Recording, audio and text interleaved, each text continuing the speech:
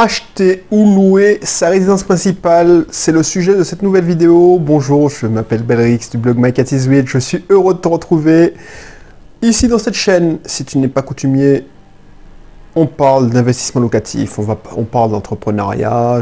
Ma spécialité, c'est l'investissement locatif parce que je gère quelques locations saisonnières. J'ai aussi des locations en meublé. Je parle d'entrepreneuriat parce que je suis actionnaire dans une auto-école, j'ai un business en ligne qui exploite par exemple cette chaîne YouTube. Et mon épouse est dans le médical et on a un cabinet de psychomotricité. Voilà. Donc, si tu n'es pas coutumier et que tu aimes ce genre de sujet, abonne-toi à la chaîne en cliquant sur le bouton s'abonner sur YouTube, clique sur le bouton j'aime si tu es sur Facebook. Et puis voilà, tu vas pas regretter. Alors pourquoi cette vidéo? Parce que le sujet a été débattu. C'est un éternel sujet. Quand on commence à s'intéresser à l'investissement locatif, il y a toujours des gars qui vont te dire, voilà, ta résidence principale, il ne faut pas l'acheter, quoi. Ça ne sert à rien. J'aime ma liberté. Enfin, il y a deux écoles. Moi, je suis d'école où, effectivement, ça ne me dérange pas de posséder ma résidence principale, là où je suis là. Ça, c'est ma résidence principale actuelle. Je la possède. On paye des mensualités chaque mois. Pourquoi? Parce que j'aime pas avoir une épée de Damoclès dans ma tête, tu vois. J'aime bien pouvoir percer des trous dans les murs sans avoir stressé, dire ouais purée, il faut que je gère ça, penser à reboucher les trous. Ah, j'ai pas envie de me stresser tous les 4 matins, parce que, voilà, si je louais en meublé, ma fille, par exemple, là, je ne sais pas pourquoi, elle a pris des ciseaux et puis elle a commencé à retirer, elle a découpé le canapé. Alors, voilà, qu'est-ce que j'aurais dit au propriétaire si je louais ça en meublé, et puis, je ne sais pas, les boutons des canapés, là, je regarde, tu vois, elle a découpé parce qu'elle avait envie de faire son expérience. Qu'est-ce que j'aurais dit? Autre avantage, c'est qu'on est tranquille, on fait ce qu'on veut. Par exemple, si demain matin, je veux peindre mes murs en violet, ben, je peux le faire. Alors, je ne veux pas le faire parce que je suis pas seul à décider, mais tu vois ce que je veux dire. Si, je sais pas moi, par exemple, si dernièrement, j'ai changé le système du robinet flotteur de mon WC, ben, j'ai pris le modèle le plus cher, silencieux, parce que je me suis pas dit, voilà... je vais pas me prendre la tête à prendre un modèle haut de gamme parce que c'est pas chez moi. Tu te fais plaisir. En plus, si tu as pris un prêt à taux fixe, tu as fait un prêt à taux fixe, ta mensualité ne va pas bouger pendant au moins toute la durée du prêt, c'est-à-dire 15 ans, 20 ans. Tu vois, ça c'est appréciable parce que je regarde quand j'ai acheté mon premier appart, c'était à Lyon. À l'époque, la mensualité, c'était 720 € pour un T3. 720 €, effectivement, c'était cher payé par rapport à ce que j'aurais payé si j'avais pris la même surface en location. Mais à mesure que l'inflation augmente, pour moi, ces 700 €, c'est moins cher qu'un loyer. Je regardais les loyers actuels, 700 €, c'est même 50, 100 € de moins. Donc, voire dans 10 ans, voire dans 15 ans. Et en plus, voilà. Après, il y a des inconvénients. Tu payes par exemple la taxe foncière à Viniternam. Chaque fois, ensuite, tu ne maîtrises pas cette taxe foncière. Il suffit que ton administration, ta collectivité ait voté plus 30%, ben, tu prends dans la tronche. Ça, tu ne l'as pas quand tu fais de la location. Ensuite, si ton environnement se dégrade, par exemple, si tu as des voisins, des connards qui emménagent et qui font du bruit, tout ça, ben, tu peux pas déménager facilement, tu as plus de difficultés. Et encore, j'ai vu que certains locataires, ils sont tellement attachés à leur appartement qu'ils se prennent la tête. Mais ce sera plus difficile si tu es propriétaire. Dernièrement, j'étais au sport et il y a une dame qui m'expliquait, on discute, et voilà, elle a construit, elle est entourée de voisins qui lui font la misère. Ben, qu'est-ce que tu fais? Tu vends la maison à perte? Mais ils ont gagné. Non, ça, c'est chiant. Après, ce que tu gagnes en liberté en faisant tes travaux, tout ça, en faisant ce que tu veux dans ta maison, tu le perds d'un autre côté. Alors, ce que ta résidence principale n'est pas, c'est un investissement. Alors, oublie cette notion d'investissement. Les gens qui te disent que c'est un investissement, ben, il faut qu'il revoie la notion d'investissement. Un investissement, c'est quelque chose qui te fait gagner de l'argent à terme.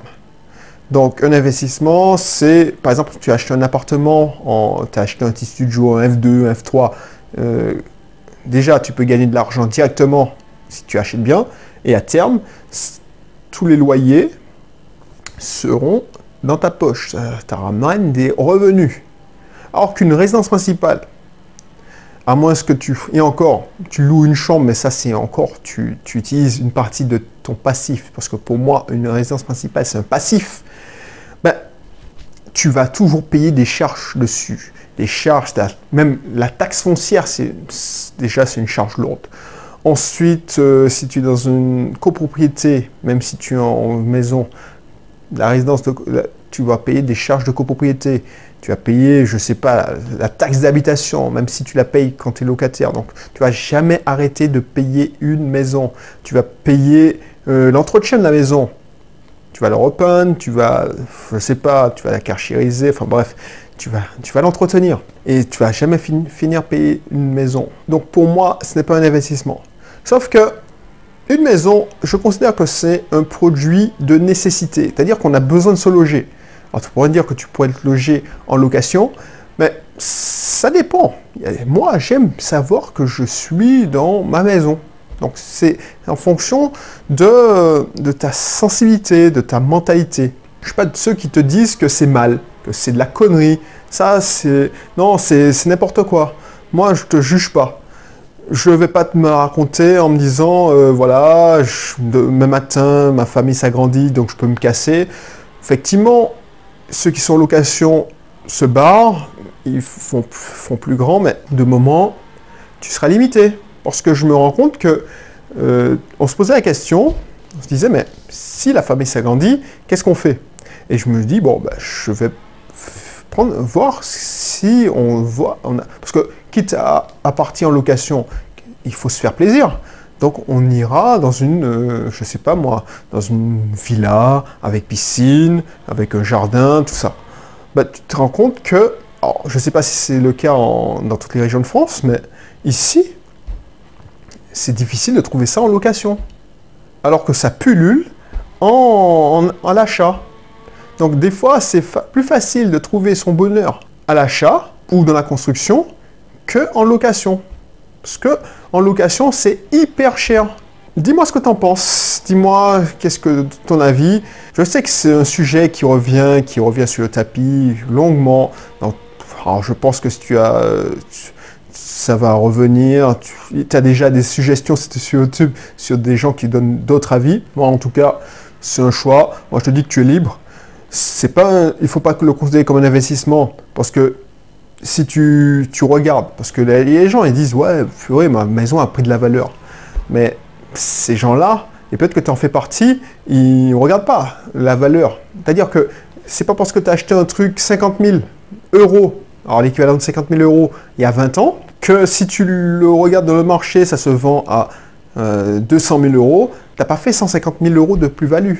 Oui, tu l'as fait dans les faits numériquement, mais si tu corriges le prix avec l'inflation, c'est-à-dire que voilà, tu prends un simulateur et tu dis 50 000 euros il y a 20 ans, combien ça vaut parce que c'est l'inflation aussi.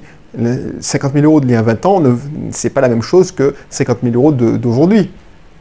Mais tu verras que tu ne vas pas faire une si grosse plus-value que ça. En plus, si tu es à résidence secondaire, l'État va se servir sur justement cette plus-value. Donc ça, c'est encore écœurant.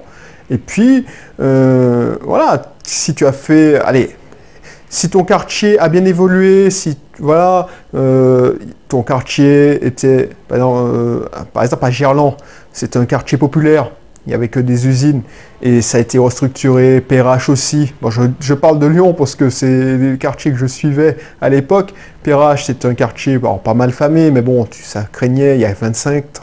Et là maintenant, c'est un quartier de riches, enfin assez select. Effectivement, mais ce n'est pas tout le monde qui a cette chance. Donc, voilà, je ne te juge pas, dis-moi ce que tu en penses. Et puis, si tu veux d'autres conseils sur l'investissement locatif, j'avais oublié. Donc, inscris-toi à mon cursus sur l'immobilier, l'investissement locatif, en cliquant sur le i qui va apparaître là sur YouTube ou en cliquant sur le lien qui se situe dans la description. Pendant que je te laisse faire, Alors, je ne vais pas te résumer la vidéo parce que je l'ai déjà fait. Je te dis à bientôt pour une autre vidéo. Allez, bye bye.